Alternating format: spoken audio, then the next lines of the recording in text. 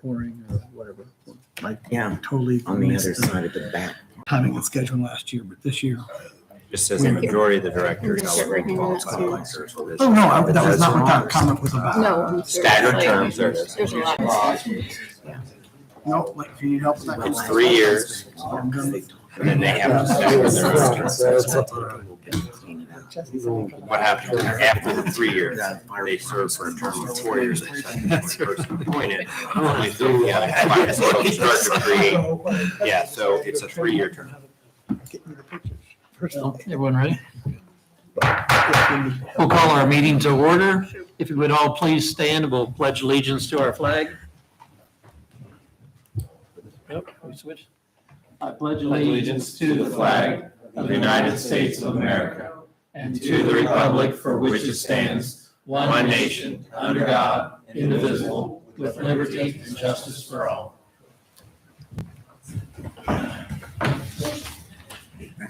Thank you, everybody, for being here tonight. We'll start as we always do with our roll call. So Brian, please. Mike? Yes. Pink? Yes. Steve? Here. Kelly? Here. Jeremy? Here. Nancy? Here. Very good. We'll go to our public comment section. If there's anyone from the audience who would like to address council, they can come up to the lectern here and introduce themselves, and then they have up to 5 minutes. All right. Is this on? Yes, it is. I should know this by now, right? My name is Mark Anderson. I resigned from my council seat a few weeks ago. First of all, I want to thank the residents who voted for me because it was an honor, and it is an honor to serve on the council or to serve in public office, period. I really, really thank the residents for voting me in. Let's talk about vision. Kelly Cornett, when I was on council, I think it was Kelly Cornett who brought up the idea of having work sessions. I might be wrong about that, but I think it was Kelly Cornett. And in one of those work sessions, she brought up the idea of beautification of Georgetown. I was running the other day, and I was told that someone was outside cleaning their house, the outside of their house, and they said they were moving because this town is ugly. There are ordinances that are currently on the books that aren't being enforced. I.e., for example, I just scribbled my notes down. For example, Liz McKinley, Liz Dunn, when she was on the zoning, or she probably still is on the zoning board or whatever that's called, said that not all the residents around Meadowwood got a letter in the mail about the new business that was proposed at that time to go in. There are ordinances on the books, they're just not being enforced. That needs to be addressed. Also talked about in the last work session I was at was the rebranding of council. This is very important because your brand and I know I'm off council, but I care a lot about this town. Your brand is how people look at the government in Georgetown. Currently, there are council members, sitting council members, who passed a recall petition on another council member. That looks really bad. That looks really, really bad. Because that just looks bad. For a lot of different reasons. It might be they might have passed it around, and I don't know why they passed those petitions around, but it might be because of political revenge or something else. And I have no idea what it was, but it looks bad. Personally, I think those people, whoever those council members or council member or members were that passed those petitions around should resign from their position, so there's no inference of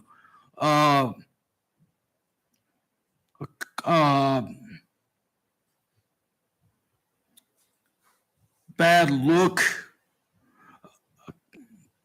It just looks bad. The last thing I want to say, 30 seconds, Mark. I'm about done. The last thing I want to say is thank God I resigned my seat. The precedents that this council is setting are sad. Kelly, when you have signs, I would like some. I would like at least 3, one for where I live and at least one for my rental. Because I own that property. She will have a sign of yours. Thank you. Thank you, Mark. Is there anyone else who would like to address council at this time?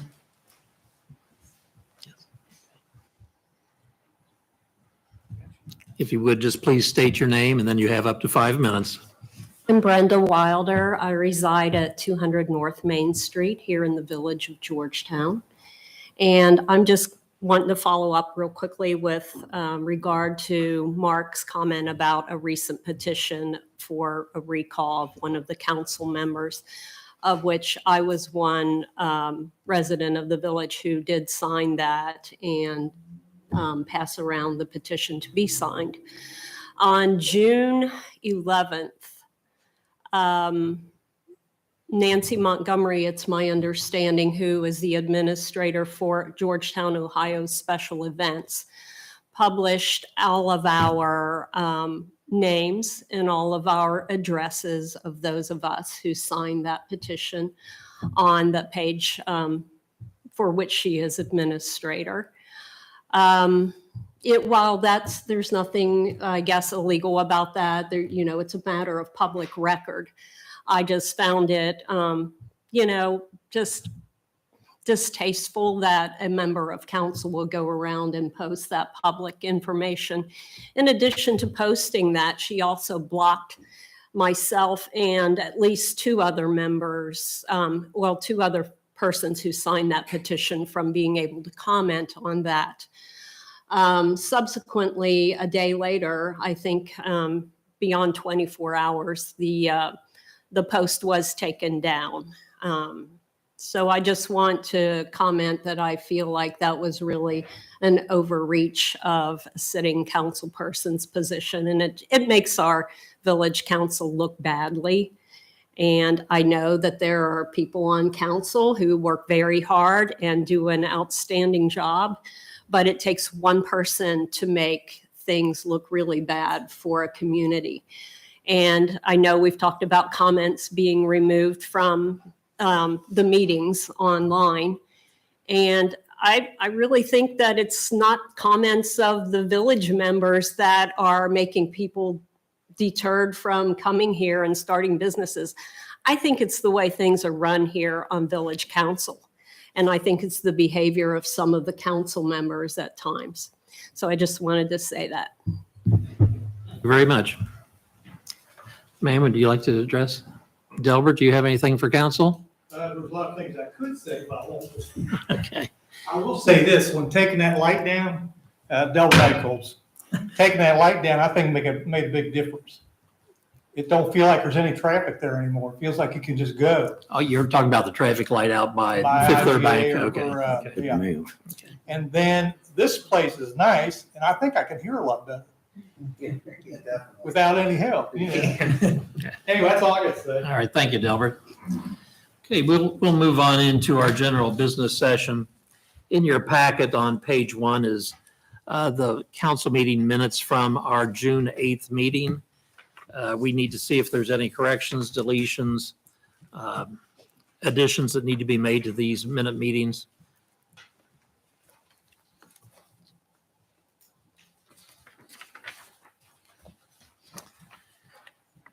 And if there are none, then we would entertain a motion to approve them as written. Make a motion to approve. By Steve, do we have a second? Second. Second by Jeremy. Let's do a roll call vote, please. Kelly, Yes. Pink? Yes. Mike, Yes. Nancy, Yes. Jeremy, Yes. Steve. Yes. Very good. Also on page 4 is the Community Development Committee meeting minutes from June 8th for your review. If there's any questions that you have for that committee, or if the committee wishes to make any comments about them, you can do so at this point in time. I have a correction. Okay? Down on the park benches, it says there were 18 ordered this round. There were only 9. That was a total of 18 Okay. in 2 rounds, 90 each. Around.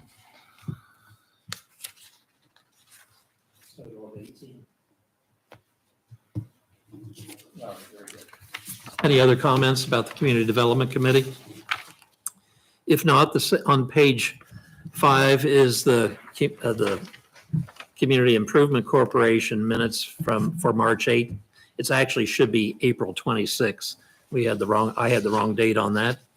So if there's any questions or concerns about what went on at the CIC meeting, there's members here that can help answer any questions.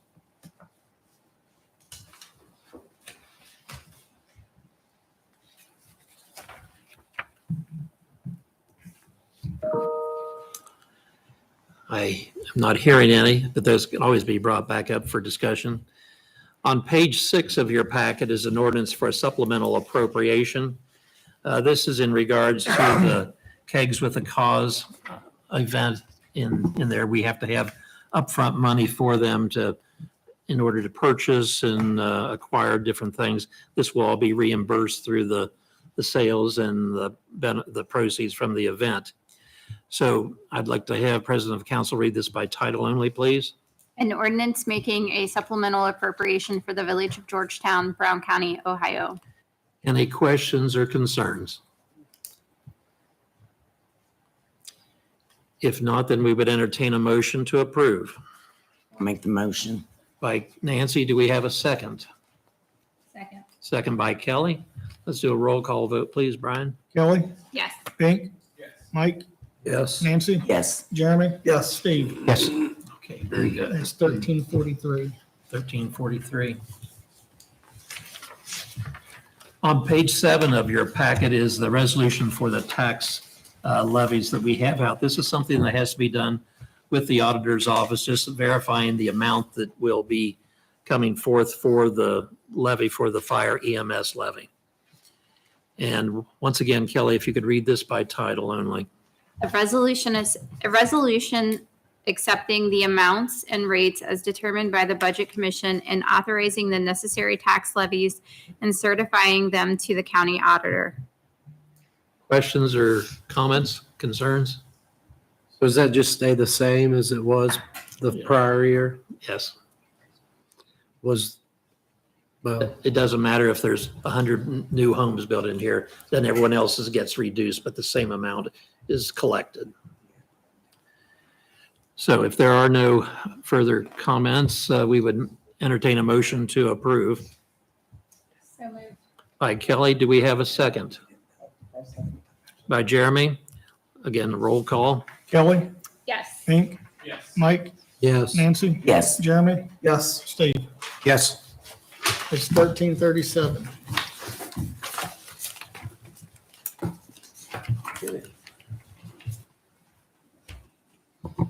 Art, do we wish to talk about some of our committee meeting information we talked about earlier? Or is that, Do that now, or we can do it toward the end, whatever you wish. But Joe just brought up a good point. We didn't put the Port Authority discussion on here, so we may need to make a wanna do that motion now? and add that to Okay. the agenda. okay.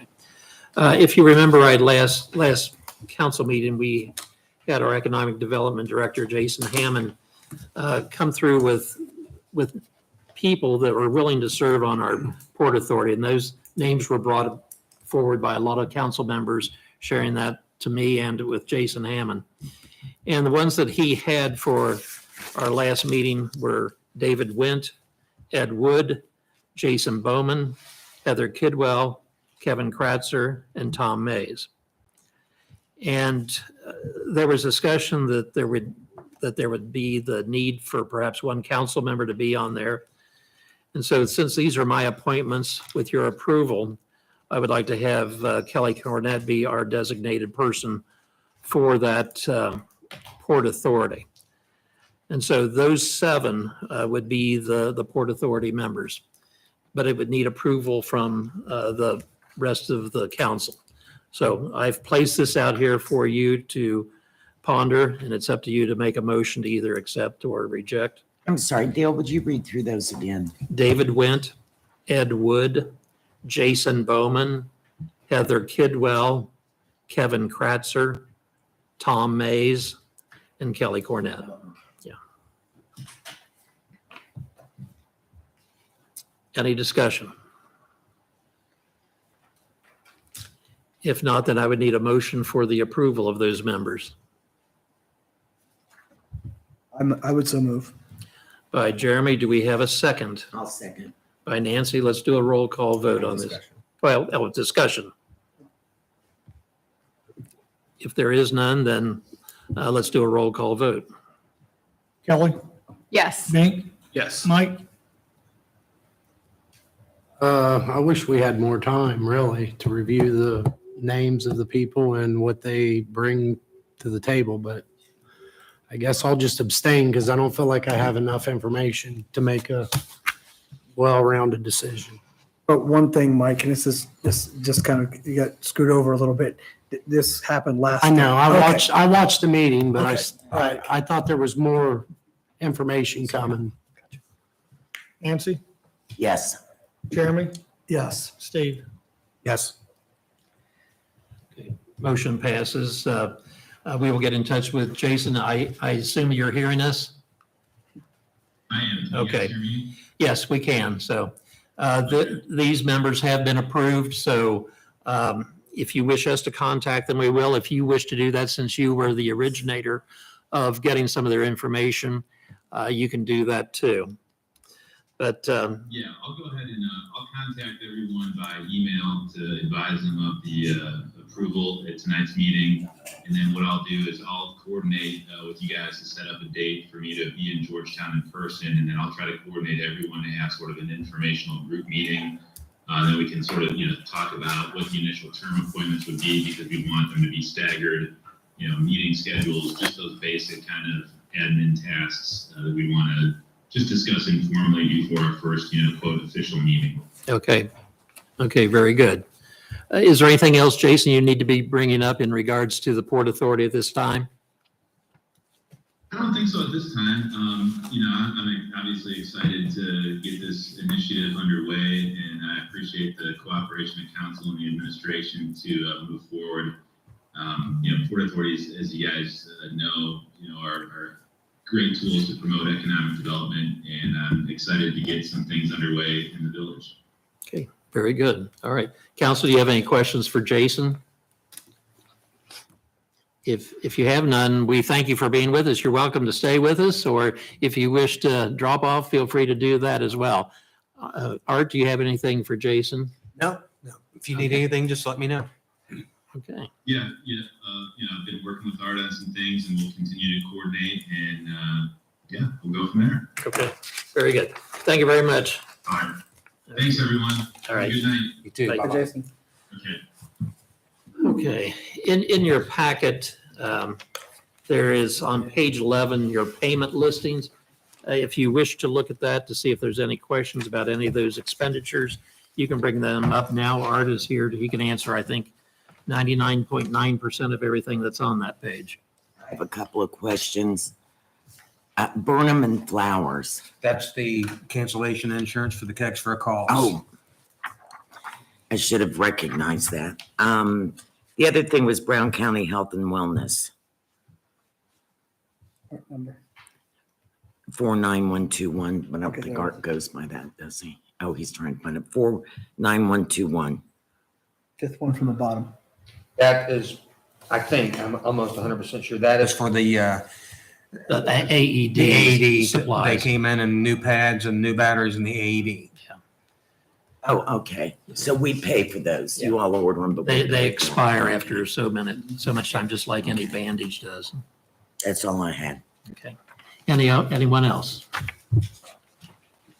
And again, if there are questions and you think of them later, Natalie's always available to answer these things if Art cannot at this point in I time. have one more. Okay. 49140, Sandoval Custom Creations. I can answer that one. That's camera equipment, surveillance equipment. I can't really get into detail. I can talk to council members individually, but I really don't want to. Okay, divulge that's anything. okay. I just Yeah. created custom creations. I didn't know if we were decorating Art's office weirdly or what. That's right. Okay. Any other comments, questions about any of the expenditures?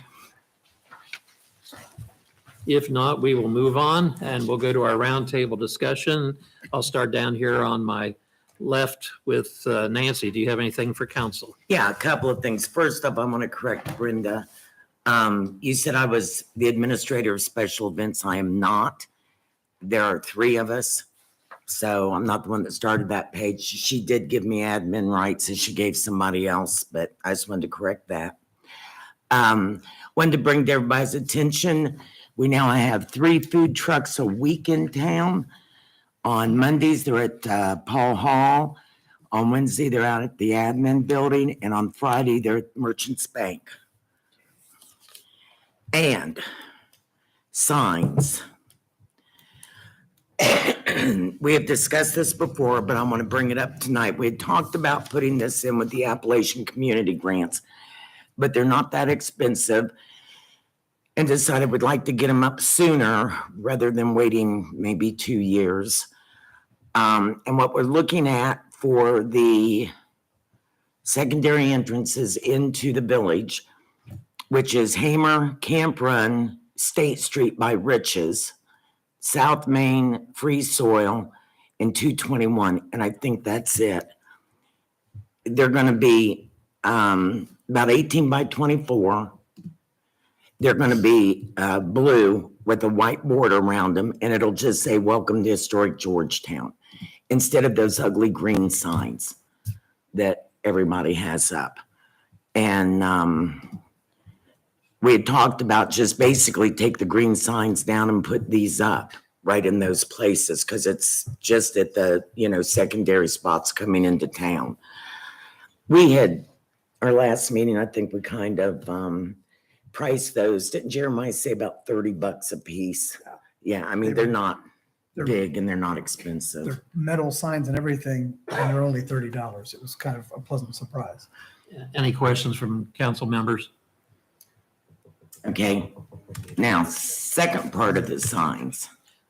If we're going to do that, we need to have approval for the expenditure of the signs. So Okay, we would have to do make we a want to motion. do, there's 2 different signs. Oh, here. okay. And I was going to ask too, is that 18 by 24, is that big enough? Yeah, most of them, if you ever go to Maysville, you'll see theirs. Okay. And yes, Okay. no, you're not taking us to Maysville. I asked, trying to be helpful. You'll see them, and what they are is like about the size of a speed limit sign turned sideways. They're just a little taller. But those, we had signs in here and measured and marked, and that's what we came up with, was 18 by 24. If somebody wants them bigger, they can be bigger. We just want something to mark historic.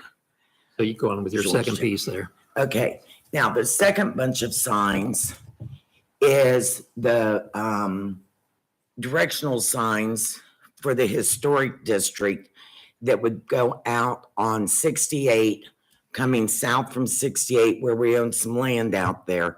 I can't tell you how big they'd be, because we can do what we want, but they have to meet ODOT standards.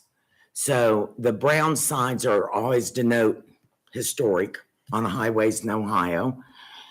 And what we talked about was one big sign. I can't tell you how big. One big sign that would say Georgetown Historic District with an arrow, so many miles, mile and a half or whatever it is. Then under that, rectangular ones that would list Grant Homestead, the Grant Schoolhouse, Fairgrounds, because all those are historic sites, and put those under there. Now, there's 2 Morgan Raiders signs out there right now, and I talked to Ned Lodwick, and he said they had no problem if we want to take one of those down. I thought maybe we'd put it on here, but after I thought about it, if people are following the Morgan Raiders trail, they're looking for those signs, because those signs are all over, so that's what they're looking for. But he said we could take, they've got a couple really close together. So, and I can't give you an idea of the cost of those. We could probably get that from A&A. But they'll know what the requirements are, because since those are, the other ones, we can do what we want. These have to meet ODOT standards as far as size and that. Any thoughts to the proposal that Nancy has brought up? Do we probably have a total on everything? Like how many signs for the first proposal, how many signs for the second proposal, then a total before we? Since we don't have the vote second, on? we can at least get the first one out of the way if you wanted to. We're talking minor dollars in regard to that. So if that's okay with council, then someone would just need to have a motion to approve the first section of Nancy's proposal. I'll make that motion. Okay, Steve has done that. Is there a second to that? By Michael. Let's do a roll call vote, please. Kelly, Yes. Nate, Yes. Mike, Nancy, Yes, Jeremy. Yes. Steve. Yes. Well, we can proceed with that part, and then, yeah. and Art's going to get a quote for that. I was gonna say, can you talk to Jeff Blackburn or whoever it is you talk to? And we'll bring that one back for another approval. Do you have anything else, Nancy? Okay. Jeremy? I have one thing and one reminder. So I'm going to look at Art right now and just remind you that about the, what we discussed in the utilities meeting, because it's not on the agenda. So do you want to do that now, or do you want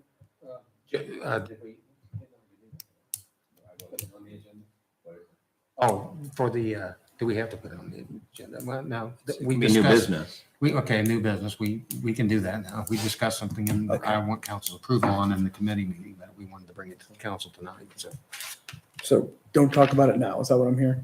When new business stuff? Yeah, you can. Okay, I just didn't know if we had a section for new business, or so also, Steve was concerned about my bringing it up, so I don't know if you and I want to do this together or what. Do you want me to start, Art? Or- You can start out, yeah, I'll just. Promise I'll be quick. So in the, we had a special meeting in the Utilities Committee earlier today. The specific topic that we were talking about was updating the tap-in fees for water service, new water service, I should say, to locations in the village. A lot of discussion was had, and all of it comes down to, we are practically giving this service away right now and really need to update these values. And we have proposed updated values that we would be assessing for the service. And we wanted to bring it in front of the entire council to throw those numbers out there and hopefully get some approval from you guys to do that. And we put this in front of you, and I'll make sure that Brian gets this into the packet be reflected in the next council meeting as well. But like Jeremy said, the last time that these tap fees were updated in the village of Georgetown was in 2008. And we are losing money. I mean, if somebody wants a copy of this, I'll be more than happy to get it. It lists out everything that goes with a water or sewer tap. And basically the current rate is $1,500 on a 3/4 inch meter. We proposed $2,500. A 1 inch meter, $1,500, $3,500. Over a 1 inch meter, it's $1,500 now, plus time and material. It'll be $3,500 plus time and material with a contractor split, meaning we'll still help a contractor, we'll split the cost of a few things with them. And that's all the way down, 4 inch, 6 inch, and over 6 inches time and materials, and a $4,000 time and material. Any comments, discussion from the group? I would also just quickly say that when you look at the numbers, the absolute numbers, they can be impressive, but the proportional increase from 2008 to now is almost identical to the increase from before 2008 to 2008. In other words, we're just trying to keep even with the rate of change of materials, cost of materials and things like that. So Art and, help me, Travis has done a really nice job of trying to keep these costs as low as possible. Yes, we have to make some raises, but they seem to be very manageable and very proportional to what we've seen in the past. And if anybody doesn't understand out in the audience what we're talking about or online, this talks about the taps for new construction or new taps on the sewer or water. So it won't affect any existing customers. Is this, we ran into this with the cemetery where we wait so long to increase them, then we have this big increase. Are some of these things we ought to schedule in to periodically look at, Yes. maybe every other year or Yes. something, instead of, all of a sudden we have to have this huge increase? Now, what'll happen with this one is I'll bring this back to you in the form of an ordinance, the utility ordinance, because these are included in the utility ordinance. So we'll have to basically approve the utility ordinance again at the next meeting, if you guys are okay with the increases. I just needed to get your okay as a council before I wrote it up and brought it here for a vote. Any other water companies that provide this service, they've been charging these numbers for probably 15, 20 years at least. So it's not like they're higher still than what this is being raised to. What hurt us on these costs is when COVID came and the cost of everything went up. I was telling these guys earlier, like we're waiting now. Last year, Travis ordered a stock of water meters. Took a year. We just got them. Now we've got another stock ordered and don't expect to get those for another year. I think her point's well taken, though. Not to lose sight of her point, is that I think people can digest incremental changes a lot better than getting it whammed every 8 or 9 years. I remember when the village went from a 0.5% to a 1% tax. I wasn't on council then, and I always kind of groaned. I was like, couldn't you have maybe walked that up over a number of years, 1/2 to 3/4 to, and this kind of falls into that same category where even though the number that we're raising them to is lower than surrounding village, lower than Brown County Water and anything else, it's a big jump, and we need to do it. And I hope that we all vote to do it.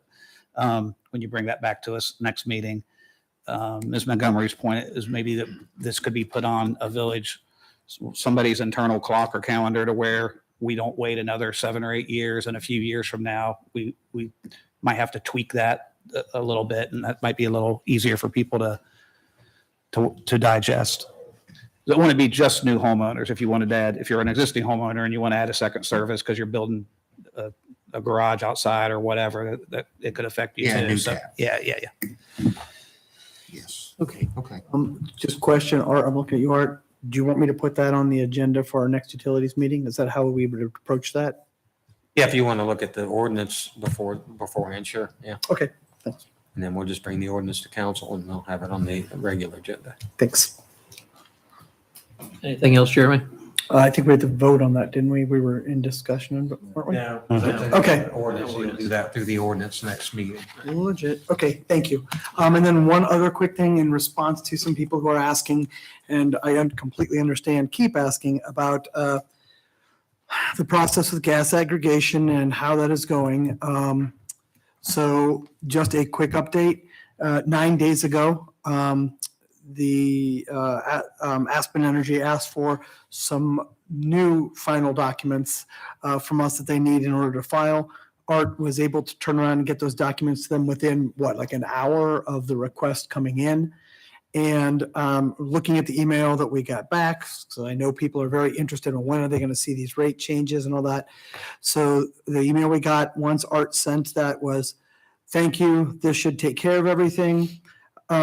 He will, Jay, the person who we're working with, will be bringing rates back to council. He says ASAP, parentheses, this should be 45 to 60 days.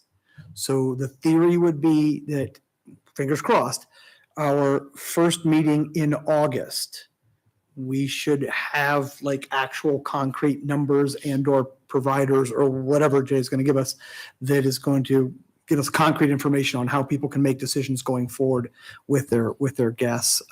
Maybe I missed this in your explanation, but what happened on Jay's end to delay this so much? Because Jay's original, I thought not proposal, but his original estimate on time was that people could start seeing these new rates reflected on their bill in maybe April or May. That was one of the hopeful things that was said, yes. So my understanding, because in reading Jay's emails carefully, is that the state of Ohio is sending him requests. And it appears, from what I can tell, he's pinging the village as soon as he gets them. But he sends stuff, there's a paperwork process time, then they send stuff back. And the gap is in that paperwork process time with what I'm going to call is Columbus, between him and Columbus. And I don't know why, and I don't know if it's typical. I'd respectfully ask that Jay explain that to this whole council instead of explaining it to you and you explaining it, kind of having to explain it for him.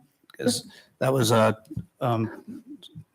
something that I was in favor of based on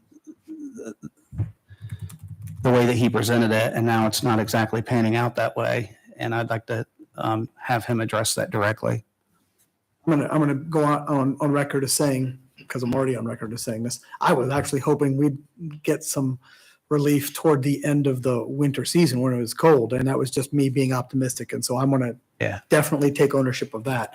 But you're right, there have been other things along the way. I will email him and I will provide that at our next meeting. If that's okay. Yeah, sure. Anything else, Jeremy? Nope, I think that covers it. Like I said, if you have any questions about Gas Ag, please feel free to email me or Art. Otherwise, I'm done. Thank you. You've got these cookies in front of you that you brought too. So. And you're still welcome if you would like. Okay. All right. So. Okay. Kelly, do you have anything for council? My only thing is just a commercial for the Cakes for a Cause Beer Festival. Again, July 15th, 5 to 11 p.m. Plenty to do that night. We have Icky Woods, if you haven't seen it on Facebook yet. Wildman Walker, B105, Country Thunder is our band. New for this year, we have a kid zone complete with bounce houses, balloon art, and face painting. I think we have 7 food trucks, craft beer, liquor, moonshine, ciders, and seltzers. And our planning meeting, if anybody would like to help out, we do a standing meeting on Wednesdays now, every Wednesday at 3 p.m. right here in this office. And certainly still looking for more sponsors for the event. If anyone is interested, please feel free to reach out. Thank you. Is that it? That's it. All right. Thank you, Kelly. Steve. Couple quick things. One I wasn't going to talk about, but somebody has come and spoke about it from the public tonight, and Ms. Montgomery's responded on it. Can we, and this is kind of a Joe thing, kind of an everybody thing.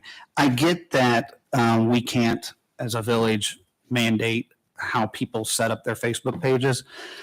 But could we at least ask them in some cases? So I could make a Facebook page tomorrow called the Georgetown whatever page, and nobody could keep me from doing that, I guess. We don't have a patent on that name. But can we ask some of those, or all those pages that are doing that? There's a few pages in particular that put on council meeting notices. You know, they very much mimic and look like a village page. Could we just ask out of politeness that we can't make them do it, but that those people put a disclaimer on their page that they're not associated with the village? I think they have disclaimers. So there's 3 pages. There's 3 different pages that I would think of off the top of my head. One of them is called a Georgetown community page. That's a private page. So obviously by definition, anybody would know that's not associated with the village. There's one called What's Happening, and there's one called Special events. Yeah, neither one of those have a disclaimer on them. Unless it came on in the last 10 minutes, they definitely don't. And I checked on the PC.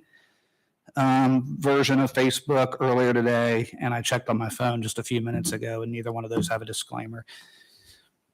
Actually, if you go on the PC version and go into the Insights tab, it says that neither one of those pages have completed their validation project, which is why the administrator can't even be looked up of who owns those pages. I only bring it, I don't really care a whole lot, but I only bring it up because, as this lady stated, I was a member of one of those pages for 2 years, never ever made a single post on it, have never made a comment on it, was excluded off of the page for one day and talked about as a political matter, and then brought back on, then, allowed to be back on the page after the post was removed. And I had people asking me saying, well, why, hold on, you're on council. Why is the village page talking about a council? And I'm like, no, that's not a village page. So it'd be nice if the people that ran those pages just made that disclaimer. One of them used to have the disclaimer on it, and it for whatever. I thought they both did.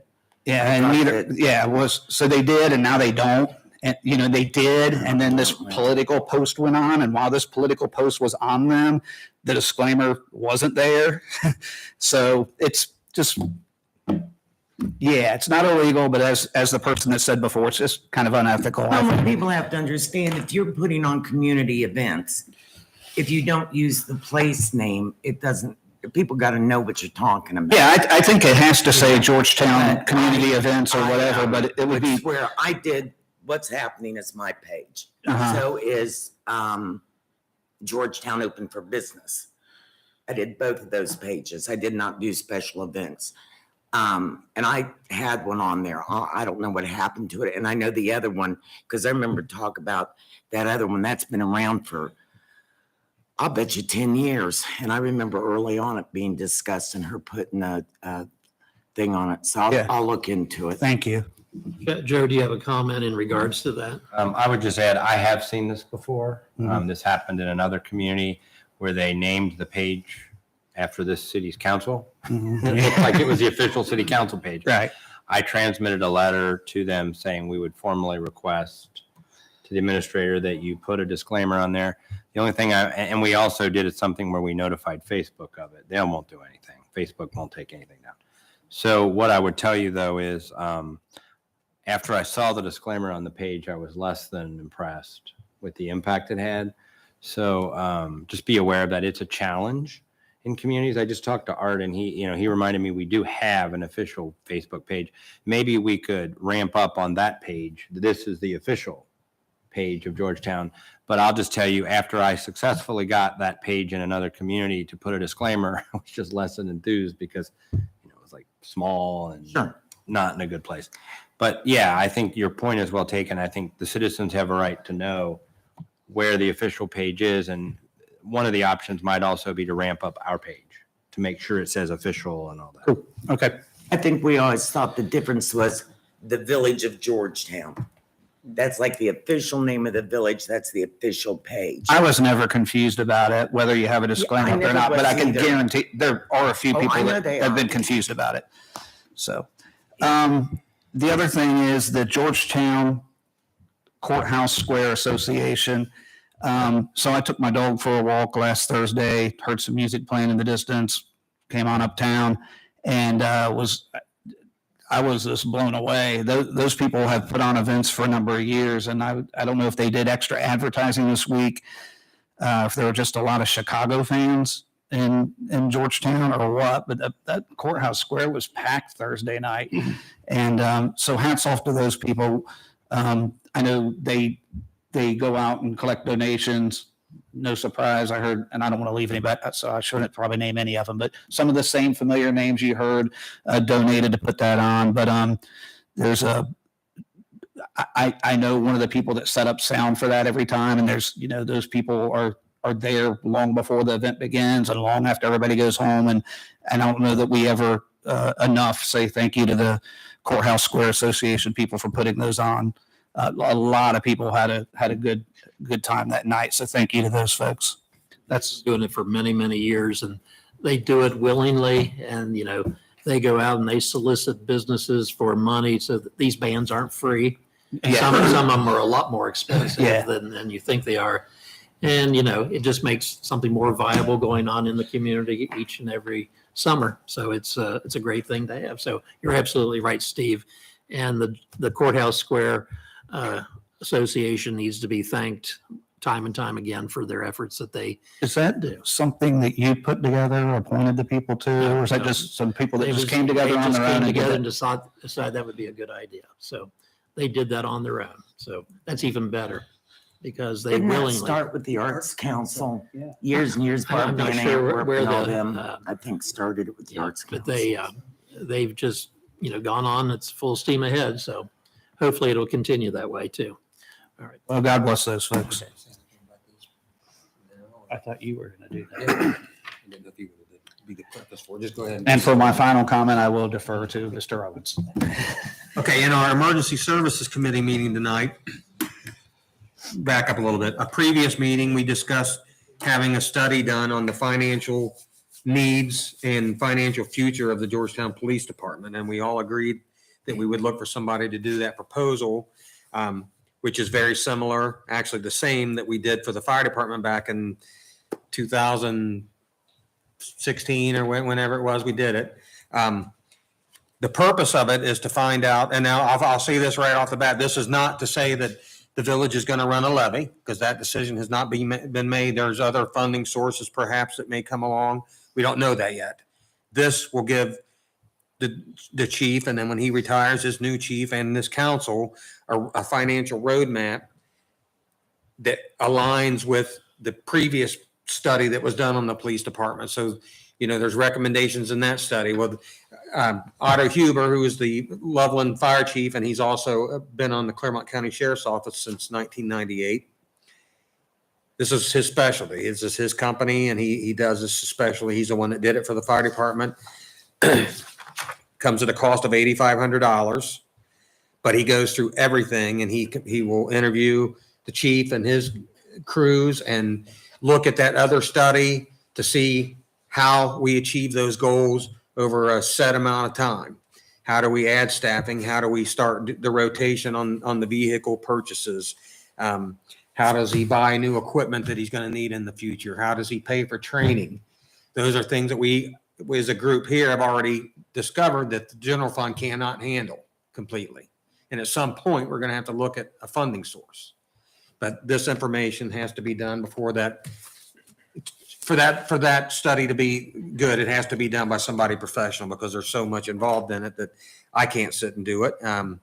It takes somebody that knows the future of the police department and the chief working with him to do that proposal. So we discussed it, and And you and the chief have met with him. Huh? And you and the chief have met with him already. Yes, chief and I have met with him, and he asked us some questions, and we asked him, we'd like to do what you did for the fire department years ago. We'd like to see that done for the police department. It's only fair, and anything outside of this, I think we're guessing about what he's going to need, and we don't want to guess. This is critical, and we need to make sure that we know what funding it's going to take to reach their goals and to reach the bullet points on that previous assessment that was done on the police department. So I think the emergency services group was in agreement, but we wanted to come to full council and ask you guys to do a voice vote on allowing me to enter into a contract on this. It's just, it's under the spending limit, but I wanted the council to have an input in this. Is there discussion about this topic? Just one quick thing I would say in doing some research on this, whether or not you want to vote for it, this man's fees seem to be very much in line with what is typical. So if you have no context for that number, the research seems to imply that this is typical for this kind of a service. Okay, is there someone who would like to make a motion to approve this expenditure to go forward with this, or do you need more information? It's up to you. I would make a motion to approve the expenditure for the police department. We have that by Kelly. Is there a second for that? I'll second that. Second by Steve. Let's do a roll call vote, Brian, please. Kelly, Yes. Hank, Yes. Mike, Yes. Nancy, Yes, Jeremy, Yes. Steve. Yes. Very good. we talked about this in budget. I kept thinking, I know we've talked about this and I couldn't remember where it was in the budget meeting. Sorry. So if you can get a hold of Mr. Huber, you and the chief, and get this thing rolling. Okay. All right. Is there anything else, Steve? Only real quick, I just thought of this. In that in the ESC meeting that we had tonight, Chief Freeland, and were you planning on showing that, what you showed us tonight? Maybe that would be better if it takes a few minutes. He showed us a little bit, actually logged in and showed us kind of what they're going through and putting together the operating manual through Lexipol, and it's kind of neat. So, yeah. You need a little time to bring it up. I can go to the next council member if you wish. Go ahead. That's what I meant when we're all done. So that's all I got. Thank All you. right. Bink, do you have anything for council? Just want to plug the National Night Out again. It's August 1st, 5 to 8 at the Eagles Hall. We have a lot of businesses that are involved, but I want to make sure that the businesses and organizations and churches know that everyone is welcome at this event. Nothing can be charged for anything. Everything has to be giveaway. But that way, whoever can be there, we just want to make sure everybody has that opportunity. Just get in touch with me or someone on the Courthouse Square committee. They're a big part of this, or Jesse Green, and we'd love to get you connected. And I think it's gonna be a great night for the kids. And it was a success last year. I think it'll be even bigger this year. So anything else, Bink? Okay. Michael? I just wanted to, I know I've probably said this before, but as nice as those events are on the Courthouse Square, it's even nicer with all the pretty flowers. And there's a lot of time given up on the weekends of tending to them pretty flowers. So I just wanted to shout out and say thanks to them. Once again, that's Susan McKinney, and we have our town crew that waters them every day. Or Pam McKinney, Susan, that's sister-in-law. So Pam McKinney, sorry, Pam, but trying to give that credit away to your. It's a lot of weekend time gave up. That's right. But, they look great. It takes a lot of water too. So they're taken care of. So that's great. Anything else, Michael? Okay. Chief, are you ready to load up yet, or is it? I'll put in that password and I'll be ready to go. Okay. And when he shows you this is the same thing that Chief Rocky's going through on the fire department side, and I'm going through for the village side. This is all the same.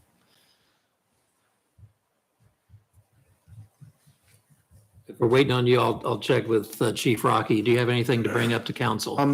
Just a couple quick announcements. I talked to Mike Dotson up to school and got approval to do our little water party for the kids.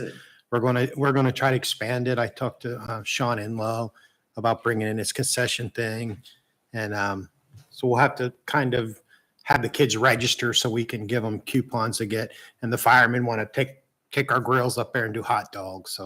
So we'll expand it. I think we're going to try to do it on a Friday evening. So I don't know, the parents don't have to worry about getting to work, but we have a business meeting Sunday morning, so we're going to hone the date down, but that is rolling and it is planned to go.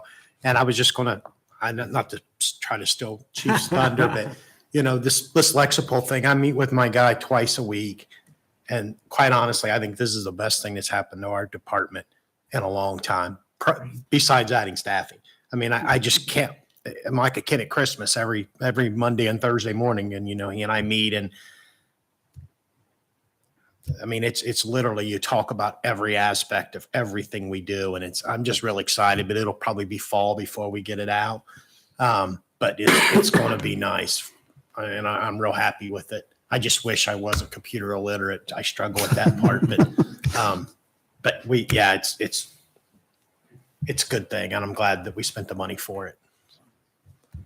Chief Freeling is going to present what he goes through on every time that he gets onto the Lexipol system and how they go through the process of getting everything up and going. So go ahead, Chief. Yeah. So we do weekly work sessions with our project manager, who is a retired police chief out of Texas.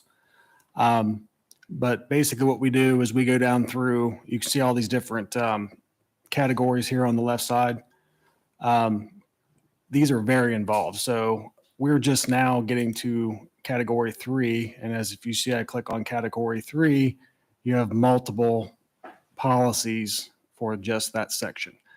And all the ones that have the green checks, those are ones that we have already went over and have been approved. So basically our homework every week is to go through each one of these policies and because they're all like cookie cutter. They're made for places as big as Cincinnati down to Russellville. So you have to go through them and, maybe reword some things. Maybe there's some things you cut out completely. But as you can see, like on this use of force, which has obviously been a big one with the police the last few years, you have things here that they call best practice. So those are things that you're open to tweak. But these things where you see where it says federal, that's the way it's going to be. And then whenever there's updates and things like that, if you can see over here to the right, it tells you when it was updated and why it was updated. As me and Matt are reviewing them, they got these guide sheets. So they'll have, if we have any questions about some of the policies we come across, we'll scroll down through here and see if, why it's that way or why they created the policy the way they did. So it's pretty involved. I've read so many policies, after a while, you kind of have to take a break because they start to run together. But, just for an example, like this general operations, when you put all this together, this is more pages than my entire policy, man. It used to be just for this one section. So, he's projecting about a year total time to get this completed. Some of these things we kind of bypassed, like, the preface and all that. Obviously, none of that's been done yet. I believe there's a generic code of ethics in there. And then whenever we print them out, well, if it's going to let me, it's not acting right. There's supposed to be a drop down here. It must be on this computer, but there's a drop down, and when we print it out, it'll actually tell us like it's because I'm not what I'm on. It'll give us little notes as we're reading over them to, kind of help us decipher what we're looking at. So come on. So it's export with labels. So a lot of these things like the release notes and a lot of that kind of stuff will be on our printout whenever we print it out. And then once this is actually in place, the guys and gals will get daily testing on the policies to make sure that they're familiar with the policies are in place. There's also this little tab here that they'll have, and this will also be on their cell phones if they so choose. But a daily tip. These aren't really this isn't something they're going to get a certificate saying I watched this video, but it's just things to help them in their day-to-day activities. But talking about certificates, you get over here. This is actually the other thing that we got with Alexa Paul, which is Police One Academy. So this year, I believe I spoke about it before. There's 24 hours of continued professional training this year. 8 of it, the state of Ohio is providing to us through a website that the Attorney General's office runs. It's called the OLEG, and it's actually called EOPATA. And then 16 hours of it fell on all the local police departments. And so what we had to do whenever we got access to this was go down through all of the different classes that they have and choose categories that we thought our officers might need refreshers on. So then I had to print out those lessons plans, submit those to the state. State said yay or nay. So we were able to come up with our 16 hours. And you can see all the different categories that are available to us. But when the officers log in, they go to my dashboard and they go to assignments, and it will actually tell them these are the classes you have to take. So as you can see, I've done a few. I got to complete, but it just lets you know your progress. And then once you're completed, have those done, you can go back and print out your certificates. So you can, because those all have to be reported to the state to show that we did our 16 hours. So it's all pretty user friendly. Do you have to report them to the state, or does Lexipol report them to the state? We have, they're not attached. I mean, they're not linked to each other. So we have to actually print those out and provide proof at the end of the year that we did our 24 hours. Now they will be able to access the OLEG because that they own and operate it, but not this. So can you put a date in there that they need to have that done by? And if they Yes. don't, they'll send you an email and say, hey, so-and-so Yeah, has it. actually, when you hit the assignments, I think it says, yeah, right there, they have to have it done by the end of the year. So, It'll send you an email if they did. So you don't have to keep checking. correct, correct. Sounds familiar to me. So, Any other questions for the It's chief, nice. or either chief for that matter? Because Joey, I think yours is very similar. Yes, okay. I think with our package, for some reason, I want to think there's 200 policies in the package that we bought, 200 separate policies that we'll have that we can, because there's thousands of them in there and they, in Lexipol, and, we'll select the ones most appropriate, these, you only get this many and here's what we suggest you do. So, yeah, I'm pretty sure it was 200, but we're on we've done 10. It takes a well, while. I don't think it's been activated yet, but this is the Cortico thing that you guys were talking, that's actually Jeremy's been talking about pretty heavily. So once that's activated, that'll have the mental health aspect in there as well. To me, this is what technology is good for. Access to resources, updating things easily, keeping records, keeping track of things. It's great. As you can see here at the bottom, where it's got daily training bulletins and all that, it'll actually give me reports on what has been sent to the guys and gals. I can actually even create my own things to send to the officers for their daily testing. So. Any other questions for the chief? No, just a note, just a comment to all of council, I guess. I think that's what's cool about this, but just on a side note, what's kind of cool about this is I've been, like in the school world, I've been involved in some organizations where you buy a department software or whatever, and you go back 6 months later and nobody's fumbled through it yet or what. And this wasn't a deal where you or anybody said, hey, at the next DSC meeting, we want you to show us what you're, Chief Freeland just said, hey, can I show you guys how far, and you can tell Chief Rocky's very enthusiastic about it. So they've compliments to both of those guys and even all the other departments, because it's being used with them that are just embracing it and use. I mean, it was a little bit of an investment, but it's cool to see all these department heads that are so enthusiastic about using it. So. Anything else, chief? Chief? Okay, very good. Art, do you have anything for council? Joe, do you have anything for council? I have nothing.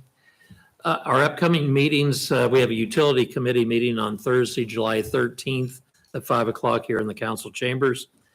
Our CDC meeting that same evening at 6, and then our regular council meeting on July 13th at 7 p.m. right here.